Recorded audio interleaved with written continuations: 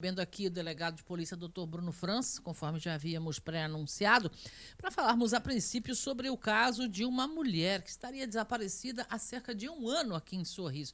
Doutor, seja bem-vindo primeiro, bom dia. Bom dia a todos. Tá? É um prazer estar aqui com vocês para compartilhar as informações necessárias e vamos ajudar na medida do possível aí, né, a esclarecer a população a respeito dessa jovem que realmente está desaparecida há aproximadamente um ano. Até onde a polícia tem informações até aqui, doutora, a suspeita é que ela tenha sido assassinada, é isso? Na verdade, né, como a gente ainda não encontrou o corpo, a gente trata sempre como suspeita, mas do ponto de vista de conhecimento, a polícia tem convicção, certeza de que realmente a moça foi morta. É mais uma vítima dessa guerra de facções que a cidade de Sorriso foi submetida, principalmente no ano de 2022, ano que a moça desapareceu, né?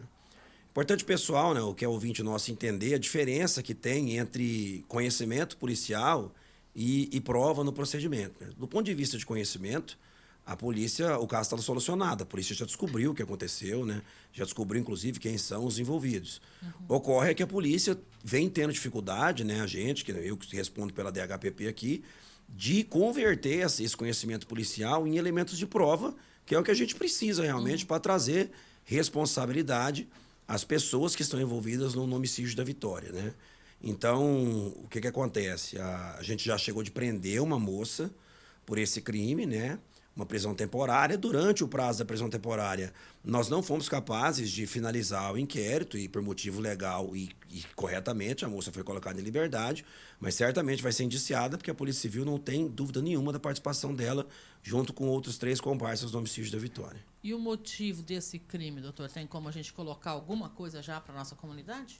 Então, sim, a Vitória ela foi mais uma das dezenas de vítimas da guerra de facção que envolveu a cidade de Sorriso, né, no segundo semestre de 2022 e nos primeiros meses do ano de 2023.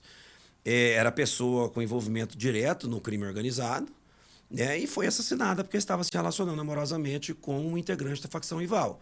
Né, esse fato foi descoberto pelos membros da facção a qual ela pertencia, entendeu? E ela foi arrebatada, né, foi julgada e foi executada, sendo a sua execução filmada, assim como várias demais.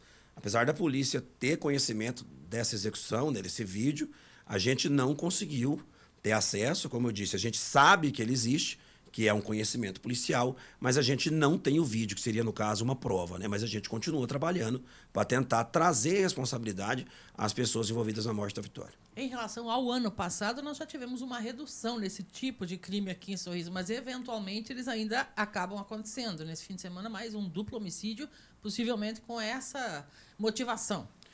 O duplo homicídio no final de semana não existe dúvida nenhuma de que é um homicídio relacionado à guerra de facções criminosas. Acontece que a repressão trazida pela Polícia Civil e pela Polícia Militar, ela foi muito eficaz no sentido de diminuir monstruosamente os índices de homicídio de Sorriso se comparado com os do ano passado. Nós chegamos de ficar 46 dias sem nenhum homicídio esse ano em Sorriso e 61 dias sem nenhum homicídio relacionado a facções criminosas. Todavia, as facções elas continuam existindo, então esses crimes eles vão continuar existindo.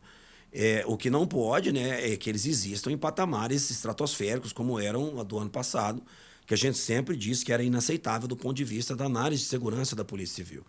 O que acontece? O homicídio, tá, pode levar o tempo que for, a polícia ela não para de procurar uma forma de trazer responsabilidade às pessoas. Aproximadamente um mês atrás, nós cumprimos 11 mandados de prisão de homicídios cometidos, inclusive, anteriormente à morte da Vitória.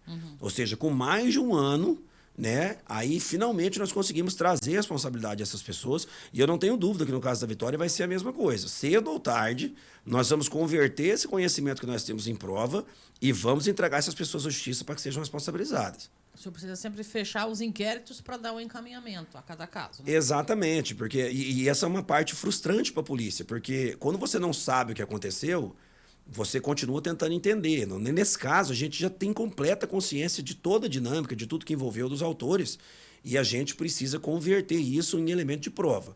Né? Faz mais de um ano, não é um prazo bom, né? A gente gosta quando a gente resolve as coisas de forma célere, rápida, mas não significa que não será resolvido. Nós já procuramos esse corpo por 5 vezes, né? Não conseguimos encontrá-lo ainda. E a busca continua. Se a gente tiver mais alguma informação que leve ao paradeiro possível, a gente vai procurar de novo. Os colegas do Corpo de Bombeiros estão sempre com a gente. E vocês podem ter certeza, né? Não mais tardar, cedo ou tarde, essas pessoas vão ser trazidas à justiça para serem responsabilizadas. Em casos como este, a polícia conta também com a contribuição de informações da comunidade, doutora? É importante para vocês? Muito, demais. O conhecimento policial, grande parte dele é constituído por informações da população. Né? E como essas informações são sigilosas, e a gente tem que proteger a identidade de quem nos dá as informações, a gente não converte isso em prova, fica como conhecimento, né? Que é essa diferença que eu explanei aqui. Agora, qualquer informação que qualquer pessoa puder, pode trazer para a Polícia Civil, vai ser de bom grado, vai ajudar. Nós temos diligências em andamento, que nós temos muita esperança que possam confirmar aquilo que a gente sabe, para trazer responsabilidade a essas pessoas. E, geralmente, quando você começa a prender as pessoas que estão envolvidas em um crime, você vai ter acesso a novas informações que permite que você feche toda a engrenagem e entregue, né, traga a responsabilidade a todos e entregue à família uma resposta mínima do Estado, que é a função da Polícia Civil nesse caso. O senhor vinha aí respondendo praticamente sozinho, né, nesses últimos dias pela delegacia aqui. Bastante trabalho, doutor. Na verdade é porque um colega tirou férias, né, e o outro viajou a trabalho. Sim. Aí eu acabei ficando sozinho. Mas já retornaram os dois. A doutora Jéssica voltou hoje de férias, o doutor Eugênio voltou, agora as coisas voltaram ao normal. O trabalho aqui continua bastante. Pode falar, Raíssa. Doutor, essa semana, não sei se o senhor consegue falar a respeito, a Polícia Militar conseguiu evitar aí um homicídio, né? No momento em que estava havendo o julgamento, a decisão ali, a polícia chegou e conseguiu evitar, acabou prendendo uma pessoa. E esse julgamento estava acontecendo via videochamada. Uma pessoa que estava, uma liderança estava detida e estava ali dando a ordem de execução a uma mulher. Isso mesmo que aconteceu? O senhor consegue falar a respeito? Isso aconteceu em todos os crimes. Absolutamente todos os crimes que envolvem facção criminosa são ordenados de dentro do sistema prisional.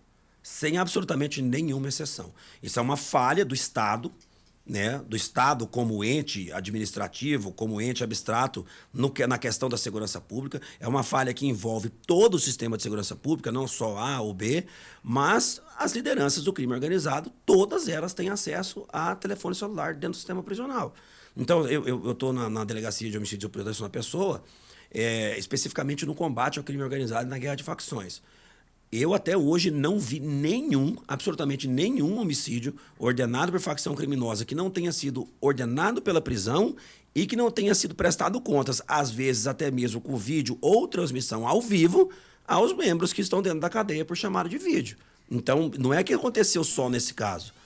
Todos os casos de homicídio cometido por facção criminosa, isso acontece. Porque você cometer um homicídio sem autorização da chefia da facção é uma transgressão punida com a morte. Então, nenhum criminoso organizado mata outro sem autorização do seu chefe que está preso. Né? Então, é verdade isso. Né? Fui eu que despachei esse BO dos colegas da PM, realizei a prisão por tentativa de homicídio. Ainda bem, né, que chegaram a tempo. Sim. Era uma jovem de 16 anos, se eu não me engano, que ia perder a vida, ou 15 anos, uma menina. Né? Mas, infelizmente, né, o Estado está em todo lugar, né? Os órgãos públicos não. Então, nem sempre a gente consegue impedir esse tipo de homicídio. Mas, sim, é isso que acontece. Infelizmente, é isso que acontece. Existe uma hierarquia também no crime, né? Existe. No crime organizado, sem nenhuma dúvida. Uma das características do crime organizado, uma das essências dele é, por mais que seja uma bagunça completa, ter um mínimo de organização. E, pelo menos no quesito organograma, isso é muito claro. E essas pessoas vão sendo presas, vão sendo mortas, e eles vão se substituindo. E é impressionante como tem mão de obra disposta a assumir esse tipo de situação. Então, sem dúvida, é por isso que nós, da Polícia Civil, cumprimos tantos mandados de prisão contra quem já está preso. No presídio. Às vezes, para a pessoa que está em casa, ela fala, mas como Não assim faz a polícia sentido, foi prender né? uma pessoa que já estava presa quando a pessoa foi morta? Não foi ele que matou, né? Não foi ele que matou, mas foi ele que mandou. Né? Então... É meio que um enxugar gelo, deve ser frustrante, diante do que o senhor nos colocou aqui, ter que lidar com isso e cientes também que estamos aí, que não é tão simples mudar esse sistema que está colocado aí, né, doutor? Frustrante é. Enxugar gelo eu acredito que não, porque nós conseguimos reduzir os números de homicídio, né? Mas agora, é uma coisa assim, porque... a gente chama de novo normal. É um absurdo que nós passamos a lidar como se fosse uma coisa normal. Né? Cada vez que a situação piora e você lida com aquilo como se fosse uma coisa normal, aquilo vira o novo normal. Até o momento que a normalidade é uma loucura. Como nós chegamos nesse ponto. Em Sorriso, o pessoal estava atirando no outro de dia, no meio da rua. Isso era uma coisa absurda. E aí, é hora de colocar a cabeça no lugar, né? Nós Fizemos um trabalho duro junto com a Polícia Militar. Os colegas da Polícia Militar ajudam a gente em tudo, né? Quero agradecer aqui publicamente. E nós conseguimos reduzir esses números, né? Esse final de semana foi um final de semana violento na cidade de Sorriso. O final de semana passado também tinha sido, teve um homicídio também, mas nós já estamos trabalhando aí para tentar de toda forma voltar, né? A tranquilizar. Nós não temos como impedir essas pessoas de se matarem. Infelizmente. Porque nós não temos como estar em todos os lugares. O que nós podemos fazer é trazer a responsabilidade dessas pessoas de modo que elas sejam esterilizadas, não do ponto de vista social, como cidadão, mas do ponto de vista da sua capacidade de delinquir. Né? E a esterilização passa muito por cortar a comunicação dessas pessoas dentro do presídio, que é uma coisa muito difícil de se fazer. A situação desta jovem Vitória Maria, né? A população, eventualmente, pode contribuir para que a polícia encontre. O objetivo hoje é localizar, se for o caso, um corpo, né? Caso confirme-se aí essa morte. Sim, sem dúvida. O que acontece? Eu já até falei isso uma vez que eu vim aqui, que a informação é o bem mais valioso que existe para a Polícia Civil. Nada é valioso para a gente como a informação. E a partir do momento que a população confia na polícia e passa a trazer informação para a gente, nós deixamos de ser poucos policiais e passamos a ser 120 mil pessoas. Se a população ajuda a Polícia Civil, nós passamos a ter olhos em todos os lugares da cidade. Né? Então, assim, a gente precisa da ajuda da população, não só para esse caso, como para todos os demais casos de todos os crimes de diversas naturezas. Então, como eu disse, é sigiloso. Tá? A pessoa que ajuda a polícia, ninguém fica sabendo que ela deu informação, ela não precisa sequer se identificar, tá? Ligando no 197, que é o telefone da Polícia Civil, e aí você ajuda a polícia a transformar a cidade numa cidade mais do jeito que você quer. Né? Porque todo mundo quer segurança, ninguém quer ter problema, ninguém quer viver com medo. Então a gente vem aqui pedir, tanto nesse caso dessa menina, como em qualquer outro caso, que a população ajude a Polícia Civil com informação, que a Polícia Civil vai proteger a sua identidade e vai, com essa informação que você nos dá, trabalhar para que Sorriso seja uma cidade melhor, para que vocês, a população, todos nós, possamos viver mesmo. Mas agradecer o espaço aqui para pedir ajuda e se colocar à disposição de vocês para quando precisar. Nós é que agradecemos, doutor, sempre bem-vindo por aqui. O senhor está com muitos casos de homicídio ainda em investigação na Delegacia de Sorriso, no seu caso? Não? Nós temos bastante caso ainda. Só que assim, nós já solucionamos muitos e muitos casos de homicídio, principalmente esses envolvidos em guerra de facção. Existem alguns casos pontuais que ainda estão em aberto, mas perto do número de casos solucionados é ínfimo. Eu não vou lembrar exatamente, se eu não me engano, nós já estamos com algo próximo de 75% a 80% desses homicídios de facção solucionados. E o resto a gente continua trabalhando. É um bom número, com certeza. Então, o detalhe, o recado para a população é 197, a Polícia Civil pode fazer qualquer repasse de informação anonimamente. Para vocês, o importante é que a pista chegue lá para ser investigada. Exatamente, que seja passada uma informação, né, o mais detalhada possível, não é necessário nem que a pessoa se identifique a respeito de todos os casos que a polícia está em investigação, né, porque o trabalho nosso é sigiloso, mas chega um momento que a gente tem que vir e pedir ajuda da sociedade, como é o caso dessa menina. Nós sabemos o que aconteceu, mas tem coisas em aberto que a sociedade talvez possa nos ajudar. Então, fica novamente o pedido, né, o recado para a população, de que o 197 é um canal de comunicação entre você, cidadão, e a Polícia Judiciária Civil.